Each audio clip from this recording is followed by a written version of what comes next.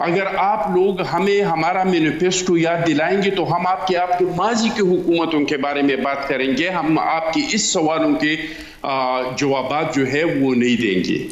تو یہی وجہ ہے کہ اتنا ٹائم جو ہے وہ, اور ہم نے حکومت سے 4 تحفظات ہیں بجٹ پہ اور ہم اس پہ تجاویز بھی دے رہے ہیں. صحیح, وہ 4 تحفظات کیا ہیں؟ نمبر 1 تحفظ ہمارا یہ ہے کہ یہ بجٹ ہے معلق, اس کا ابھی تک کوئی فیصلہ نہیں ہوا ہے کیونکہ حکومت کا IMF کے ساتھ ابھی تک ڈیل کنفرم نہیں ہوا ہے.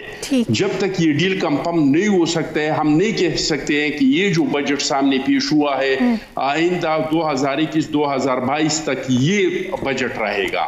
نہ حکومت نے یہ اعلان کیا ہے کہ اگر ہماری شرائط IMF والے نہیں مانتے ہیں تو ہم IMF کے پروگرام سے نکل جائیں گے. تو سب سے پہلا اعتراض تو ہمارا یہ ہے کہ یہ بجٹ ابھی تک معلق ہے تب تک جب تک IMF کے ساتھ ان کے ڈیل اور ان کے بات چیت کمپلیٹ نہیں ہو جاتی ہے. نمبر 2, ہمیں جو اعتراض ہے وہ اعتراض ہمیں یہ ہے کہ اس موجودہ بجٹ میں سرمایہ داروں کو نوازا ہے, جو فیکٹریوں والے ہیں, جو بلڈرز ہیں اس کو نوازا ہے, اور جو غریب لوگ ہیں اس کو نچوڑا ہے.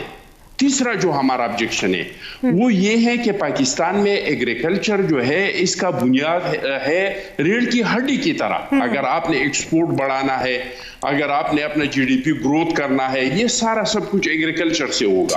ایگریکلچر کے لیے انہوں نے دیا ہے صرف 12 ارب روپے جو اونٹ کی مونگ زرے کے برابر نہیں ہے, ناکافی ہے.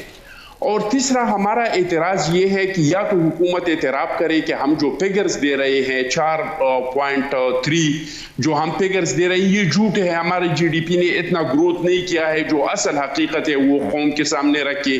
اور اگر آپ لوگوں کا دعویٰ ٹھیک ہے کہ آپ نے 4.3 کیا ہے, گروتھ کیا ہے, تو پھر اس کا غریب عوام کو اس کا ریلیف ملنا چاہیے, پھر تنخواہدار کی تنخواہ کو سر جو آپ کے تحفظات ہیں منورہ بی بی سے میں اس کا جواب لے لوں, اس کے بعد ہم بات کو آگے بڑھاتے ہیں. دوائیوں کو سستا کرے, لوگوں کو روزگار دے دے.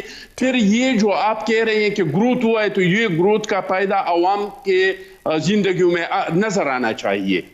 ٹھیک ہے, مین وائل جواد فیضی صاحب بھی ہمیں جوائن کر سکیں. جواد صاحب بہت شکریہ, آپ نے ہمیں جوائن کیا. منورہ بی بی صاحبہ, کچھ چیزیں جو ابھی اخوان زادہ چٹان صاحب نے کہیں کہ IMF کے ساتھ ابھی ڈیلنگ کمپلیٹ نہیں ہے, سرمایہ داروں کو نوازا گیا, اس کے علاوہ زراعت کو نظر انداز کیا گیا, یہ سارے پوائنٹس پر ابھی بحث فردر ظاہر ہے ہوگی, لیکن آپ کے جو ایکسپرٹس ہیں ان کا کیا کہنا ہے, کیا ان کے حساب سے یہ پالیسیز ٹھیک ہیں؟ اور پھر جو ابھی ایک اور بات اخوان زادہ چٹان صاحب کہہ رہے ہیں کہ حکومت کہتی ہے کہ جیسا اپوزیشن کا رویہ ہوگا ویسا ان کو جواب ملے گا, حکومت کا رویہ حکومت جیسا ہونا چاہیے, تو کیا کہنا چاہیں گے آپ اس پہ؟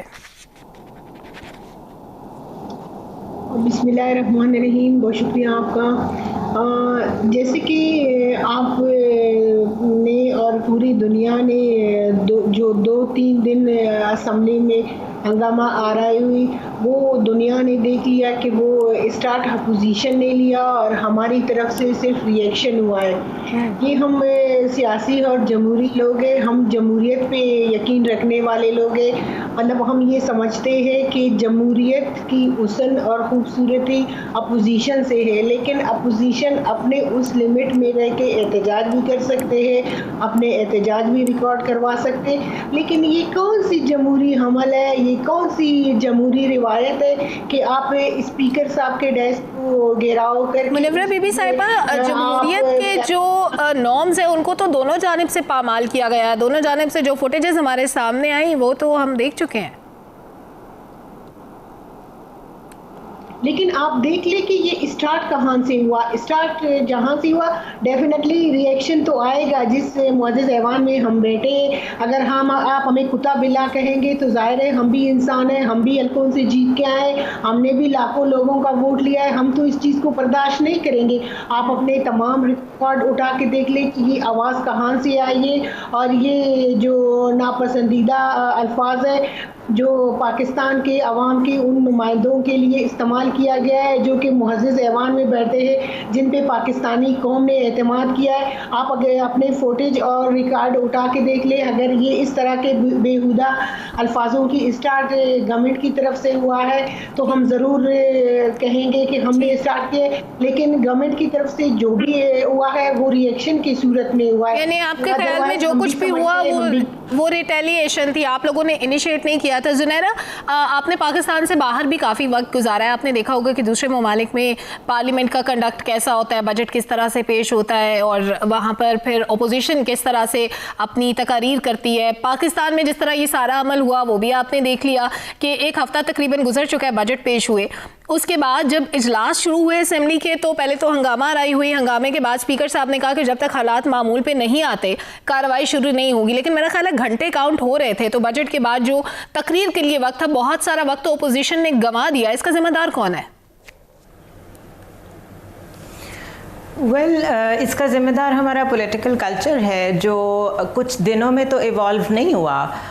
90s کی سیاست دیکھ لیں، جس طرح کی لینگویج استعمال ہوئی خواتین کے خلاف، بلکہ میں تو اس سے بھی پیچھے جاؤں گی. فاطمہ جناح کے بارے میں جیسی جیسی باتیں ہمارے پولیٹیشنز نے ماضی میں کی ہوئی ہیں، اور اوور دا ایئرز یہ چیزیں گرو ہوئیں، ایوالو ہوئیں، ان کو انکریجمنٹ ملی، کسی نے ان کو روکنے کی کوشش نہیں کی، اور نتیجہ آج آپ کے سامنے ہے. یہ جو ایکسٹریم ہاسٹیلٹی ہم نے دیکھی ہے، اس کا میں زیادہ ذمہ دار اس وقت گورنمنٹ کو اس لیے قرار دیتی ہوں کیونکہ یہ جو کلچر ہے، آپ کھڑے ہو کے ہر ایک کو چور کہہ رہے ہیں، ڈاکو کہہ رہے ہیں. اگر آپ نے کسی کی اکاؤنٹیبلٹی کرنی ہے آپ کریں، اس کے لیے اتنا شور مچانے کی اور تہذیب سے ہٹ کے بات چیت کرنے کی ضرورت نہیں ہوتی. لیکن یہ جو کلچر ہے دوسرے کو گالی دینے کا، یہ ان کو ایک پھر کلین چٹ دیتا ہے. وہ یہی کہیں گے کہ this is legitimate for us as well, ہم بھی ایسے ہی کریں گے، چاہے وہ خود بھی ماضی میں یہی کچھ کرتے رہے ہوں. تو ایک ریسٹرینٹ کا مظاہرہ جو کہ کرنا چاہیے تھا گورنمنٹ کو، وہ انہوں نے نہیں کیا، کیونکہ ذمہ داری گورنمنٹ کی بنتی تھی. بجٹ پہ بحث ہونی چاہیے تھی، اور کچھ نہ ہوتا، نظر ہی آ جاتا کہ گورنمنٹ کوشش کر رہی ہے کہ چیزیں آگے جائیں. لیکن ہمیں دونوں طرف اٹر فیلئر نظر آیا، تہذیب کا بھی، ڈیبیٹ کا بھی، پارلیمنٹری نارمز کی بھی دھجیاں اڑی، پوری دنیا نے بھی دیکھا. اور سب سے بڑھ کے ہم لوگ بہت ڈسکریج ہوئے ہیں اور ہرٹ ہوئے ہیں as a voter, as a taxpayer Pakistanis کے ہم کس طرف جا رہے ہیں. ہم تو سمجھ رہے ہیں ڈیولپمنٹ ہو رہی ہے، ایک طرف ہمیں اتنے بڑے بڑے فگرز پتہ چل رہے ہیں، ایک طرف ہم کووڈ میں اتنا اچھا رسپانس دے رہے ہیں، دوسری جانب ہمارا یہ حال ہے. تو یہ کیا کسی ایک ایلیٹ کلب کی پرسنل لڑائی بن گئی ہے؟ اس میں اسٹیٹ کا اور اسٹیٹ کے جو بینیفٹس سٹیزنس تک جانے چاہیے اس کا کوئی نام و نشان نہیں ہے. سو بیسکلی میں تو دونوں کو ذمہ دار قرار دوں گی. کانسٹیٹیوشن چاہتا ہے کہ آپ ٹریجری بینچز اور اپوزیشن انگیج کریں، میکسیمم ڈیبیٹ کریں، ایشوز اورینٹیڈ بات چیت کریں. تو ہمیں تو ایشوز اورینٹیڈ کبھی بھی ڈیبیٹ سننے کو نہیں ملی. ہمیں تو پرسنل اٹیکس ملتے ہیں، بری لینگویج ملتی ہے، بوائیکاٹ ملتا ہے، پلے کارڈز ملتے ہیں. سو آئی ڈونٹ نو یہ اسمبلی کس طرف جا رہی ہے. ٹھیک ہے، اس کا اندازہ لگانا مشکل ہے. جواد فیضی صاحب، میں آپ کا کامنٹ ایڈ کروں گی ایک بریک سے واپس آنے کے بعد. ناظرین ہمارے ساتھ رہیے.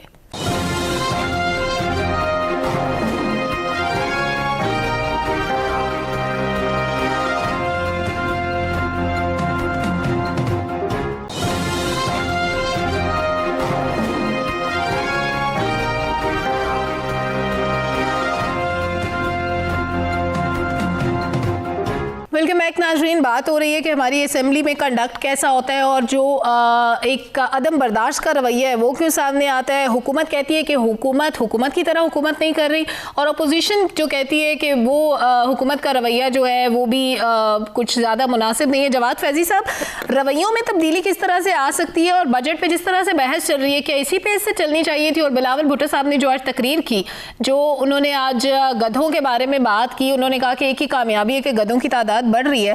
کیا یہ مناسب بات تھی؟ اس طرح سے کرنی چاہیے تھی جس پر حماد اظہر صاحب بھی کھڑے ہو گئے تھے، شہریار آفریدی صاحب بھی کھڑے ہو گئے تھے. جس طرح کے گدھوں کی بات پہ ان دونوں کو کھڑے ہو جانا چاہیے تھا. پہلی تو بات یہ ہے. دوسری بات یہ کہ دیکھیں اپوزیشن ہمیشہ یہی کرتی ہے کیا جب پی ٹی آئی اپوزیشن میں تھی تو ہم نے نہیں دیکھا کہ کنٹینر پہ کیا گفتگو ہوئی تھی، اوے ڈپٹی میں تینوں مار دیاں گا، یہ انداز ہم نے دیکھا. اور میں نے پہلے بھی کئی دفعہ یہ کہا ہے کہ تو بچے جو چھوٹے چھوٹے بچے ہیں وہ بھی وہ مسلسل تقاریر سن کے، خطابات سن کے، وہ پہلے ان کا عمران خان کے جلسے میں نچنے کو جی کرتا تھا، اب وہ کہتے ہیں اوے ابا پانی کا گلاس دے دے. اب تو ہم نے مجموعی طور پہ یہ طرز عمل اپنا لیا ہے. یہ اس کو دوبارہ سے جو آپ کا سوال ہے کہ کس طرح ہم بہتر کریں گے، اس سے وقت لگے گا، اور یہ شروع بھی عمران خان صاحب سے ہی ہوگا، اور وہ وقت زیادہ دور نہیں ہے جب خان صاحب بھی یہ کہہ رہے ہوں گے کہ میں اپنی ساری پرانی تقاریر اور خاص طور پہ طرز تخاطب سے معذرت خواہ ہوں، اور آئندہ چل کے ہمیں آپ جناب کی گفتگو کرنی چاہیے. جہاں تک ابھی زنیرہ صاحبہ فرما رہی تھی نا کہ محترمہ بے نظیر بھٹو 90s کی جو بات کی، پھر انہوں نے محترمہ فاطمہ جناح کی بات کی تو صرف خواتین پہ ہی الزام نہیں لگتے تھے، بلکہ خواتین، میں نے خود محترمہ بے نظیر بھٹو کی مجھے تقریر یاد ہے گجرانوالہ کی کہ جی شیر گھر آیا تھا، جنگل میں کوئی گیا تھا. یہ بڑے عجیب جملے ہم نے دیکھے ہیں. پھر ہم نے یہ دیکھا کہ تائب ہو گئے وہ، پھر چکاؤ اس طرف آ گیا کہ ادب آداب ہونا چاہیے، اگرچہ وہ حرمین کے سائے میں ہوا، لیکن ہم نے دیکھا میثاق جمہوریت دیکھی. مگر پھر جناب خان صاحب آ جاتے ہیں سڑکوں پہ، اور جس انداز میں گفتگو کرتے تھے، کیا آپ کو یاد نہیں ہے کہ چائنیز پریزیڈنٹ کا دورہ جو ہے ملتوی ہو گیا، پھر وہ ہندوستان میں پہلے معاہدے کر کے آ گئے چین والے، پھر پاکستان کی دوبارہ باری آئی، پھر کیا ہم نے نہیں دیکھا کہ کفن لہرائے گئے، پھر کس قدر تعفن تھا. میں پی ٹی وی پہ ان دنوں پروگرام کر رہا تھا تو مجھے پتا ہے کہ اس پورے ایریا کے اندر سانس لینا کس طرح محال تھا، کس انداز میں وہاں گفتگو جاری تھی، کیا کیا وہاں حرکات و سکنات ہو رہی تھی، یہ سب پوری دنیا جانتی ہے.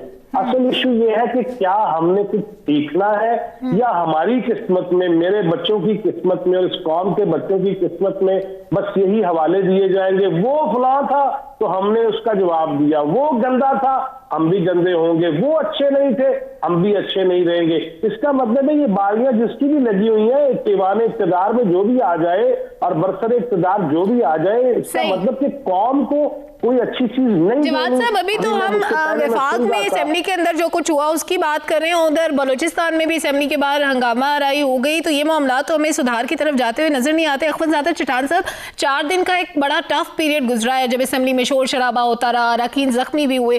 اس سے پہلے عموماً اتنے دن تک اس طرح کی لڑائیاں نہیں چلتی. اس کے بعد جب اجلاس ہوا، ہم ایکسپیکٹ کر رہے تھے کہ وزیر اعظم عمران خان خود اپنے اراکین کو ہدایت کریں گے کہ وہ تھوڑا نرمی کا مظاہرہ کریں اور اپنے اراکین کو کہیں کہ وہ ذرا تحمل سے کام لے، لیکن ایسا نہیں ہوا. پرویز خٹک صاحب نے صدارت کی، اس کے بعد بھی کوئی خاطر خواہ نتائج دیکھنے کو نہیں ملے. آج جو بلاول بھٹو صاحب کی تقریر تھی، آپ کو نہیں لگتا کہ وہ کچھ نرم الفاظ میں ہونی چاہیے تھی، اس میں کچھ متانت نظر آنی چاہیے تھی، اور وہ تقریر ایسی ہوتی جو دونوں جانب کے لوگوں کو جوڑ کے رکھتی؟ آج بھی حکومت اور اپوزیشن دونوں ادھر ادھر اشارے کر کے ایک دوسرے کی طرف اور بات کر رہے تھے، فنگرز پوائنٹ کر رہے تھے اور کہہ رہے تھے یہ ایسے ہیں، یہ ایسے ہیں، ادھر سے آوازیں آتی ہیں، ادھر سے ایسی آوازیں آتی ہیں.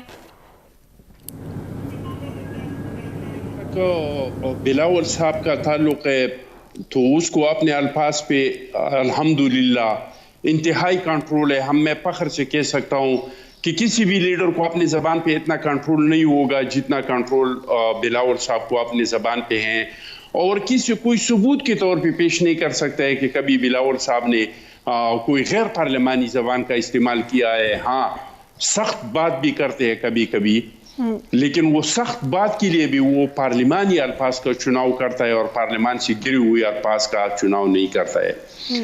جمہوریت ایک اس طرح کا سسٹم ہے کہ اس میں یہ چیزیں ہو جاتی ہیں، اس میں دلیل کی بنیاد پہ جھگڑے بھی ہو جاتے ہیں، کبھی دلیل سے نکل کے وہ جھگڑا شور شرابے تک پہنچ جاتا ہے، کبھی فزیکل بھی پہنچ جاتا ہے.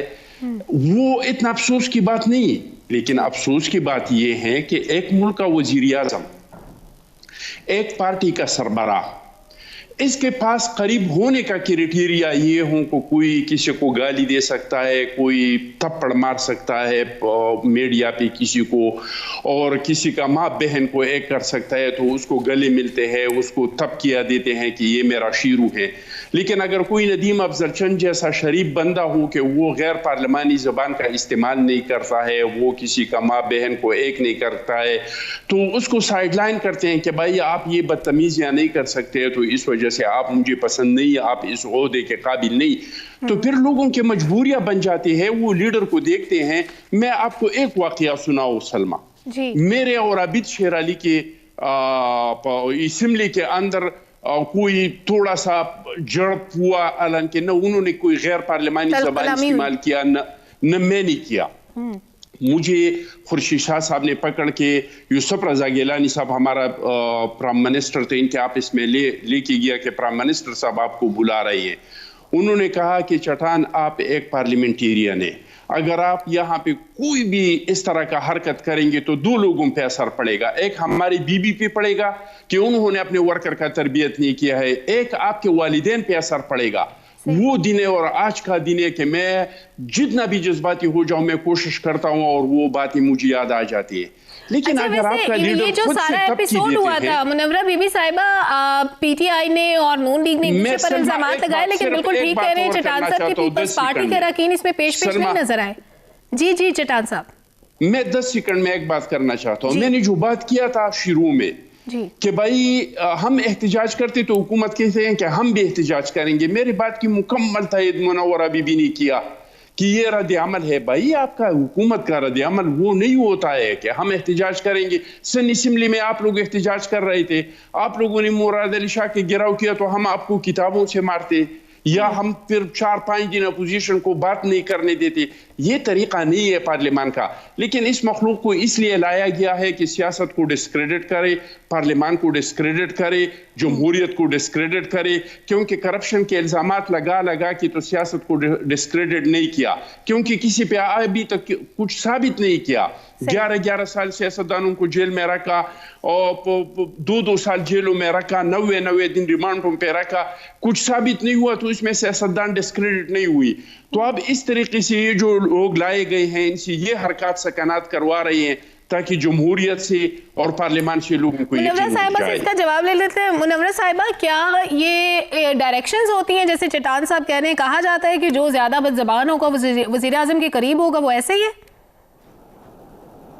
دیکھیں جی, پہلے بھی آپ نے مجھے جواب کمپلیٹ کرنے نہیں دیا. جیسے کہ آپ کے ہمارے پاکستان کے عوام کو ایک تصویر کا جو ہے ایک رخ دکھایا جاتا ہے کہ پارلیمان میں عمران خان کی جو پارٹی کے ممبران ہیں وہ بدتمیزی کرتے ہیں.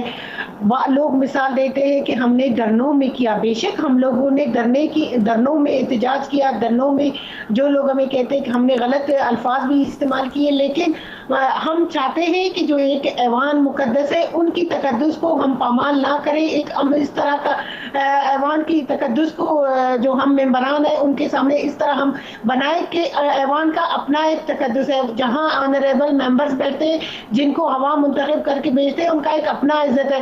میں سمجھتی ہوں جس طرح کا رول اسپیکر صاحب نے جو کہ اس 4 دنوں کے ہنگامہ آرائی میں اس دنگا فساد میں رول پلے کیا ہے, وہ دنیا نے اس کو سراہا ہے, کیونکہ اس نے کہا کہ جب تک اس ایوان کا تقدس برقرار نہیں رہے گا میں چلنے نہیں دوں گی. تو یہ جمہوریت کی ایک خوبصورتی ہے کہ اسپیکر صاحب جو ایوان کو چلا رہے ہوتے, جو چیزوں کو آبزرو کر رہے تھے, وہ تمام ممبروں کو دیکھ رہے ہوتے, انہوں نے ممبران کی ایٹیٹیوڈ کو دیکھ کے اس ایوان کو اس وقت تک چلنے نہیں دیا جب تک کہ ممبران اس ایوان کی عزت کو برقرار نہیں رکھے. دوسری بات یہ ہے کہ پاکستان کے عوام نے جس طرح ہمیں مینڈیٹ دے کے ملک ہمارے حوالے کیا ہے تو لوگوں سے یہ برداشت نہیں ہو رہا ہے. جو 70-72 سالوں سے تو کہہ ہی رہے تھے, لیکن اسپیشلی جو پچھلے 30-35 سالوں سے جس بے دردی سے ملک کو لوٹ رہا تھا, اس لوٹ مار میں جو ہم نے رکاوٹیں ڈالی ہیں اس کے لیے تو خان صاحب بھی خراب ہے, خان صاحب کے ممبران بھی خراب ہے, ہم بدتمیزیاں بھی کرتے. آپ دیکھ لیں کہ آپ اپنے ملک کے وزیر اعظم کے اوپر اوپر اس طرح کے الزامات لگاتے ہیں کہ جو گالی زیادہ دیتا ہے وہ خان صاحب کے قریب ہوتا ہے. میں سمجھتی ہوں یہ کس طرح کے لوگ ہیں, یہ ان کے کس طرح کی سوچ ہے. یہ پاکستانی عوام کو گمراہ کرنا چاہتے ہیں. نہیں, پاکستانی عوام الحمدللہ باشعور ہو چکے ہیں, ان میں یہ شعور آ چکا ہے. اگر آپ مجھے کمپلیٹ کرنے دیں تو میں ذرا جی اپنے بجٹ کے اوپر آ جاؤں کہ جس طرح ہم نے پاکستان کی ان طبقوں کو اس بجٹ میں ہم نے ریلیف دیا ہے تو اس اپوزیشن سے وہ برداشت نہیں ہو رہے تھے. وہ پاکستانی عوام کی دھیان جو ہے اس بجٹ سے ہٹانے کے لیے اس طرح کے انہوں نے ہنگامہ آرائی کی کہ اس جو بجٹ کی افادیت کچھ دنوں میں یا کچھ مہینوں میں لوگوں تک پہنچے گا تو اس سے پہلے ہم جو اس کو اس ہنگامے نظر کریں. نہیں, لیکن الحمدللہ ہمیں اپنے لیڈر کے اوپر فخر ہے. جس طرح 2.5 سال انہوں نے دن رات محنت کر کے پاکستانی عوام کے ان طبقوں کو انہوں نے ریلیف دینے کی کوشش کی ہے جن کو آج تک کسی نے ہائی لائٹ نہیں کیا. اس سے پہلے میرے کسی دوست نے کہا کہ اس بجٹ میں جو ہے تمام ان طبقات کو ریلیف دیا گیا ہے جو کہ اس سے پہلے بھی بجٹوں سے ریلیف لیتا رہا ہے, لیکن نہیں, ایسی بات نہیں ہے.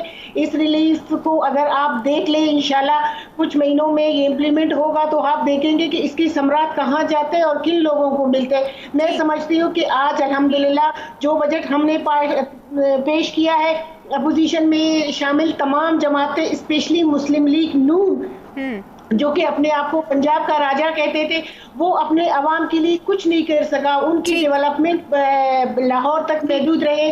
اس میں کسی دوسرے اپنے جو لاہور سے نکل ان کے دوسرے اضلاع سے ان کو کہیں انہوں نے ہمیشہ اپنے اس منورہ صاحبہ, میں نے آپ کو بات پوری کرنے کا بالکل موقع دیا, آپ نے دل کھول کے بات کی. مجھے ذرا ایک بریک کی جانب بڑھنا ہے, واپس آ کر ہم بات کو مزید آگے بڑھاتے ہیں. ہمارے ساتھ رہیے.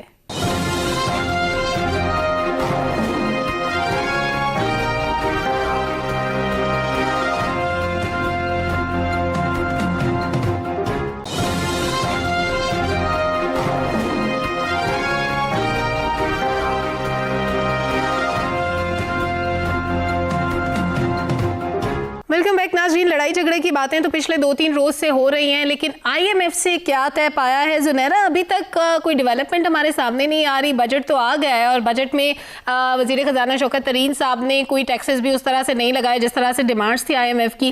ہم IMF کے پروگرام میں رہتے ہوئے کیا اس طرح سے منمانی کر سکتے ہیں؟ ہمارے پاس کوئی آپشن موجود ہے کہ ہم ان کے پروگرام سے نکل سکیں؟ نہیں, پروگرام سے تو ہم نہیں نکل سکتے, لیکن نیگوشیٹ کر سکتے ہیں. یہ کوشش ضرور کر سکتے ہیں اور وہ کرنی بھی چاہیے کہ آپ اپنی ٹرمز پہ ان کے ساتھ چلنے کی کوشش کریں. فار ایگزامپل IMF کی میکسیمم کوشش ہوتی ہے کہ وہ آپ کا ڈیفیسٹ کم کرائے, اور ڈیفیسٹ کم کرانے کے لیے وہ ٹیکسیشن کے اوپر بہت زیادہ توجہ دیتے ہیں, اور پھر وہ آپ کو آف کورس جس طرح آپ کو پتہ ہے بجلی کی قیمت بڑھانے کا کہیں گے کیونکہ انہوں نے آپ کا ڈیفیسٹ کم کرانا ہوتا ہے. سوری, لیکن یہ گورنمنٹ کا کام ہوتا ہے کہ وہ کہے کہ ہم ٹیکسز نہیں اگر لگانا چاہتے تو وہ کون سا آلٹرنیٹ روٹ ہم اختیار کریں گے جس کے ذریعے سے ہم وہ ڈیفیسٹ کم کر سکیں.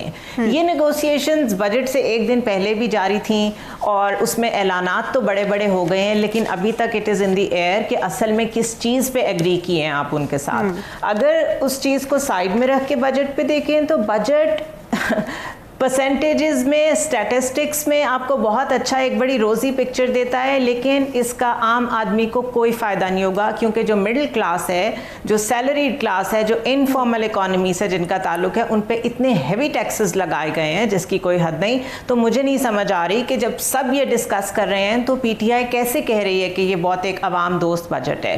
دوسری چیز یہ کہ ہیوی ٹیکس ریلیف دیا گیا ہے بزنس مین کمیونٹی کو, بہت زیادہ انٹینسو انسینٹیوز دیے گئے ہیں ان کو. تو اس کا مطلب ہے کہ جو آلریڈی فلرشنگ انڈسٹریز تھیں, آلریڈی بہت اچھے لیول پہ لوگ جو پہلے ہی چل رہے تھے, امیر امیر ہوگا, غریب وہیں کا وہیں بھی رہ جائے تو بڑی بات ہے.